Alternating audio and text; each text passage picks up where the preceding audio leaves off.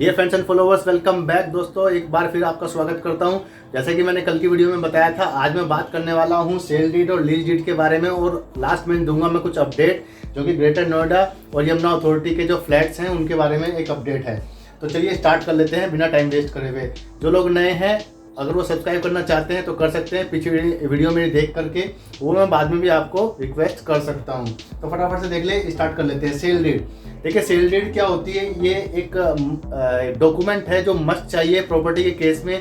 जब भी हम कोई प्रॉपर्टी बाय करते हैं, सेल करते हैं, तो देखिए इसमें दो लोग होते हैं, एक जो बायर होता है वो और एक जो सेलर होता है। तो अगर हमें ये प्रॉपर्टी का ये जो डॉक्यूमेंट नहीं होगा हमारे पास, सेल डीड, तो हमारी जो है उसकी प्रॉपर्टी की कोई वैल्यू नहीं होगी। इट मीन्स वो इलीगल होगा। ठीक है, बोर्ड पे ध्यान मत दीजिएगा क्योंकि यहाँ थोड़ी सी राइटिंग मेरी ऐसी ही है, तो बस मेरे जो मैं बोल रहा हूँ उस पर ध्यान दीजिए। तो इसमें आपको 2 विटनेस चाहिए होते हैं सेल डीड के अंदर में, और ये साइन होती है, देखिए बायर और सेलर के बीच में होती है, जो कि रजिस्ट्रार ऑफिस में की जाती है, और 2 विटनेस वहाँ पे साइन करते हैं अपना जो आईडी प्रूफ दे करके। ये देखिए रजिस्ट्रेशन एक्ट 1902 के 08 के यानी 1908 जो रजिस्ट्रेशन एक्ट है उसके अंदर में आता है ये डॉक्यूमेंट। तो इसमें क्या होता है, जो सेल डीड होती है इसके अंदर में एक तो प्रॉपर्टी का पूरा ब्यूरो होता है। जैसे आसान भाषा में बोलता हूँ कि मेरा मकान किस दिशा में है, दरवाजा किस दिशा में है, बराबर में कौन रहता है, पीछे गली कितनी चौड़ी है, आगे कितनी चौड़ी है, कोई लैंडमार्क है क्या आसपास में, और इस तरीके की डिटेल उसमें दी जाती है। और जो आदमी होते हैं, बायर होते हैं, जो सेलर होते हैं, दोनों के एड्रेस प्रूफ दिए जाते हैं, उनके माता पिता जी के नाम दिए जाते हैं, उसमें जो गवाह होते हैं उनके नाम दिए जाते हैं। और ये जो है सेल एग्रीमेंट इससे पहले होता है। ठीक है, सेल डीड से पहले क्या होता है, सेल एग्रीमेंट होता है। उसमें क्या होता है, जैसे कि हम लोग करते हैं ना, बयाना दे देते हैं, तो इस तरीके का एक सेल एग्रीमेंट भी बनाया जाता है जिसमें कि ये तय किया जाता है कि कैसे हम लोग जो है इस चीज़ को एग्जीक्यूट करेंगे। बेसिकली वही है उसमें, ताकि हम लोग उसको वॉइड ना कर पाएँ, उसको तोड़ ना पाएँ, तो वो एक एग्रीमेंट बन जाता है। और लास्ट में हम लोग जो करते हैं सेल डीड करते हैं। यही हमारा लास्ट का डॉक्यूमेंट जो होता है मेन होता है। ये रजिस्टर होने के बाद में क्या होता है कि सपोज कीजिए आपके कोई डॉक्यूमेंट खो गए हैं, तो ये जो है इसका जो ब्यूरो होगा वो आपके रजिस्ट्रार ऑफिस में होगा, जो आपके एरिया का रजिस्ट्रार ऑफिस होता है। ये इसकी जो है सबसे बढ़िया खासियत होती है। तो इसमें डरने वाली कोई बात नहीं होती है, और ये एक तरीके का प्रूफ हो जाता है आपका प्रॉपर्टी का। इसमें हम बात कर लेते हैं। देखिए इसमें अमाउंट लिखी जाती है सेल डीड के अंदर में कि कितनी अमाउंट में आपने खरीदा है जो है सेलर से, और जो है इसमें एडवांस कितना दिया था आपने, बैलेंस कितना बचा है, वो उसकी जो है मोड ऑफ पेमेंट क्या होगा, कैसे कैसे आप उसको देंगे, चेक से देंगे, कैश देंगे या डीडी देंगे, ये चीज़ उसमें लिखी होती है। उसके बाद में टाइटल ट्रांसफर किया जाता है। टाइटल ट्रांसफर का मतलब ये होता है कि जो लाइबिलिटीज है, जो सेलर था जिसके नाम से वो पहले था, यानी उसके नाम से, टाइटल का मतलब उसका नाम होता है, वो वहाँ से होकर के अब बायर के नाम पे चला जाता है। जिस दिन वो उसके नाम पे ट्रांसफर हो जाता है, तब से पूरी लाइबिलिटी किसकी हो जाती है, बायर की हो जाती है। जिस भी तरीके का उसमें कोई भी लाइबिलिटीज आएंगी, देखिए जैसे कि हाउस टैक्स होता है, वाटर बिल होता है, इलेक्ट्रिसिटी बिल वगैरह होता है, वो सब उसके ऊपर चला जाता है। ये इससे बचने के लिए देखिए यहाँ पर एक बहुत ही महत्वपूर्ण चीज़ है, जितनी भी लाइबिलिटीज़ हैं उस प्रॉपर्टी के रिगार्डिंग में वो आप पहले चेक कर लें। यानी एग्रीमेंट तो जो सेल होता है, सेल ऑफ एग्रीमेंट जो है, उसमें आप देख लें कि उसमें सब चीज़ें लिखी हो कि भाई आपने जो सारे ड्यूज क्लियर करने हैं, तभी आपकी रजिस्ट्री होगी। अगर कोई भी दिक्कत इसमें मिलती है तो जो सेलर है वो जो है डिफॉल्टर होगा, उसको जो है पकड़ा जाएगा, उसकी सारी जिम्मेदारी होगी। तो ये उसमें लिखवाना बहुत ही ज़्यादा ज़रूरी हो जाता है। अब हम बात कर लेते हैं। देखिए लाइबिलिटीज़ की, ये मैंने बता दिया है कि लाइबिलिटीज़ पहले सेलर के ऊपर होती है। जिस दिन ट्रांसफर हो जाता है टाइटल, उस दिन के बाद से वो बायर के ऊपर आ जाता है, वही उसका जो है पूरा मालिकाना हक हो जाता है उसका। तो इसके जो है बिल वगैरह जो है पहले आप देख लेंगे सारे बिल पे हो चुके हैं कि नहीं है। तो अब हम बात कर लेते हैं लीज डीड की। तो इन दोनों में देखिए क्या फ़र्क होता है। लीज मैंने कल भी बताया था। देखिए क्या होता है कि एक तरीके का रेंट एग्रीमेंट है, तो इसको लीज डीड कब कहा जाता है। देखिए जो 11 महीने का जो पीरियड होता है, अगर हम उसमें मान लो कि मेरी कोई प्रॉपर्टी है, मेरा कोई खेत है, या मेरी कोई भी चीज़ ऐसी है जो मैं किसी दूसरे को देना चाहता हूँ कि भाई तुम इसका यूज़ कर लो, ठीक है, मोटा मोटी मैं आपको बता रहा हूँ, तो वो क्या करेगा, उसको यूज़ करेगा, बस उसका मालिक नहीं बन जाता है वो। अगर वो 11 महीने तक मैं उसको वो चीज़ यूज़ करने के लिए दे रहा हूँ तो वो रेंट एग्रीमेंट कहलाता है, क्योंकि रजिस्टर कराना जरूरी नहीं होता, रजिस्टर नहीं होता वो। लेकिन जब ये 12वें महीने में चला जाता है तो ये जो है रजिस्टर कराना जरूरी हो जाता है, और इसी को जो है लीज डीड बोला जाता है। लीज का मतलब होता है रेंट पे देना, या किसी को चीज़ जो है खाली यूज़ करने के लिए देना, मालिकाना हक नहीं देना। और डीड का मतलब हो जाता है उसमें जो है एक हलफनामा हम दे देते हैं, या एक डॉक्यूमेंट हमने बना लिया है, उसको हम लोग बोलते हैं लीज डीड वगैरह। एक मैं सिंपल भाषा में आपको बता रहा हूँ, ये कोई मेरे शब्दों पे नहीं जाना कि भाई ये इसका एग्जैक्ट मीनिंग नहीं है। एग्जैक्ट मीनिंग मोटा मोटी यही है कि भाई मैंने जो है तुम्हारे को ये चीज़ दी है इतने टाइम के लिए। तो इसमें क्या होता है ये देखिए, 1 साल से ऊपर जितना भी है, तो जैसे कि हम लोग अब अपने टॉपिक पे आ जाते हैं येडा वाले पे।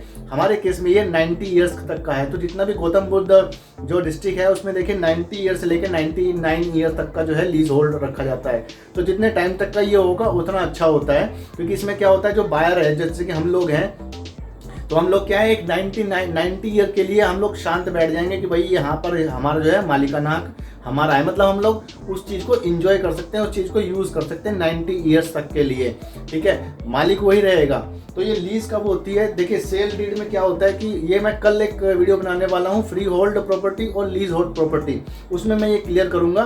तो इसी का ही टॉपिक है, लेकिन वो जो है प्रॉपर्टी के रिगार्डिंग में, ये डॉक्यूमेंट के रिगार्डिंग में है, दोनों यही चीज़। उसमें मैं बताऊँगा कि सेल डीड कहाँ की जाती है और लीज डीड कहाँ की जाती है। तो बेसिकली ये जो है ना स्टेट वगैरह के पास में जो ज़मीन होती है, तो उसके वो लोग जो है लीज डीड कराते हैं। कुछ जो है स्टेट गवर्नमेंट जो है वो फ्री होल्ड भी करा देती हैं, लेकिन इसके केस में ऐसा नहीं दिया गया। इसके केस में 10% आपको देना पड़ेगा अलॉटमेंट मनी का 90 ईयर के बाद में। जो कि लोग मेरे से कोई क्वेश्चन पूछ रहे थे कि 90 ईयर के बाद क्या होगा, मुझे नहीं पता कि उस आने वाले टाइम में शायद हो सके ये फ्री होल्ड का भी इसमें कुछ लगा दें कि आप इसको फ्री होल्ड करा सकते हैं, तो टाइम बताएगा। लेकिन अभी फिलहाल के लिए उसमें लिखा हुआ है कि आपको 10% ऑफ अलॉटमेंट मनी देना होगा इसको रिन्यूअल कराने के लिए।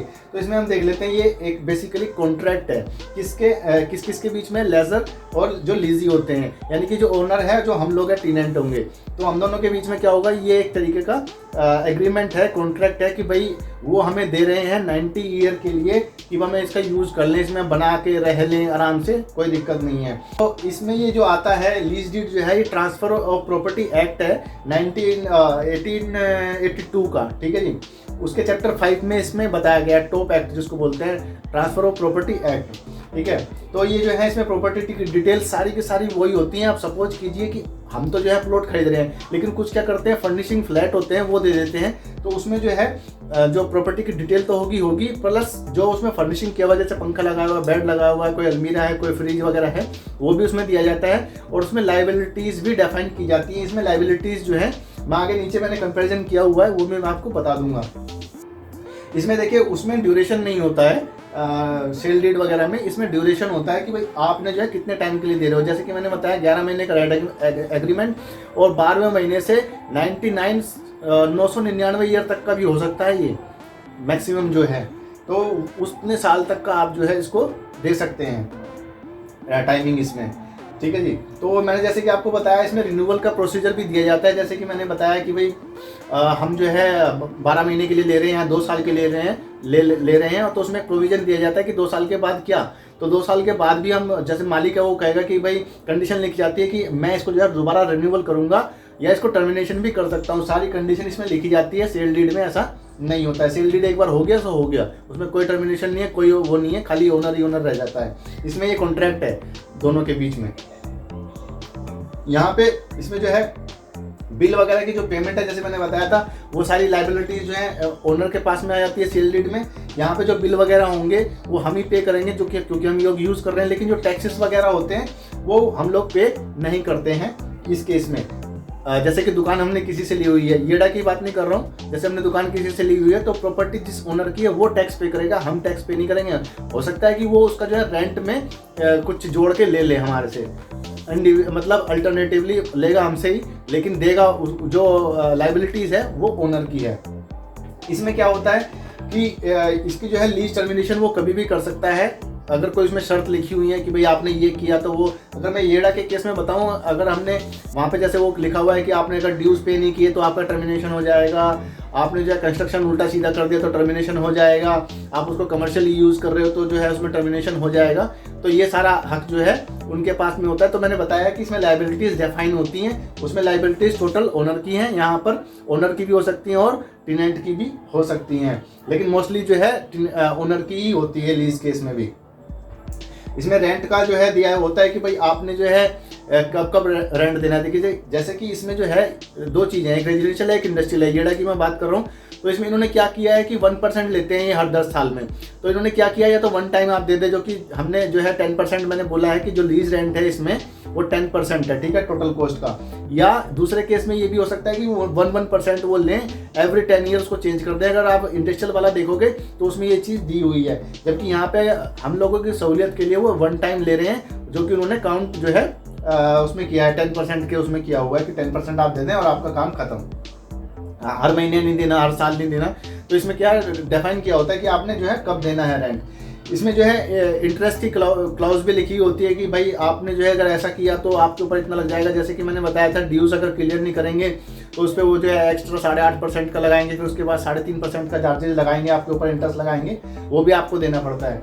अब इसमें एक चीज़ आ जाती है ATL, जो कि मैं हर वीडियो में बोलता जा रहा हूँ, एग्रीमेंट टू लीज। ये देखिए क्या था कि 2018 से पहले ना, वो जो आपको मालूम होगा कि भाई जिन्होंने प्लॉट खरीदे हुए हैं या जिनके फ्लैट वगैरह हैं, उनका क्या हो रहा था, रजिस्ट्री नहीं हो रही थी। रजिस्ट्री क्यों नहीं हो रही थी वो मैं अपडेट भी नीचे दूंगा, लेकिन अभी मैं ये बता देता हूँ कि जो बिल्डर हैं वो क्या करते हैं कि स्टेट से, जैसे कि मैंने बताया गौतम बुद्ध में सारी जो है प्रॉपर्टी लीज होल्ड पे है, ठीक है, वो क्या करेंगे, गवर्नमेंट जो है वो बिल्डर को दे देती है लीज पे दे दी।